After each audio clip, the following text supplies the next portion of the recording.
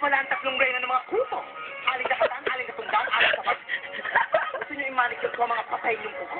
Hoy, Petra, hintayin mo munang mamatay ang mga kuko namin sa paa. Eh, kailan pa yun?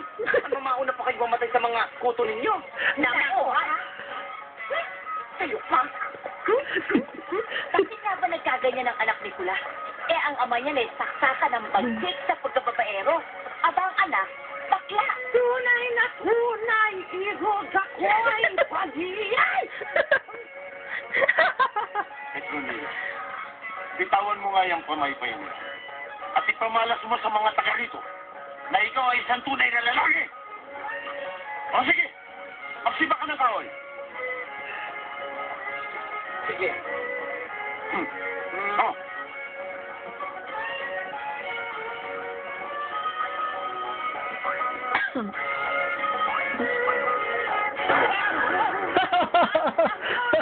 Sabay sa ilo.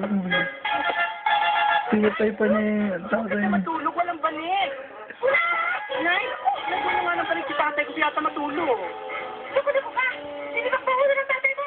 Sino mga na pinakon? Ay! Ulan? Ulan? Itay! Kuya, ano na naman yung in-expressment mo? Para ka namang halbularyo eh. Gaga! Dahil dito sa tuklas kong ito, yayaman tayo. Dahil sa gamot na ito, ang mga pangit ay mapapaganda. Mga 1 injection or 2. Tay? Oh.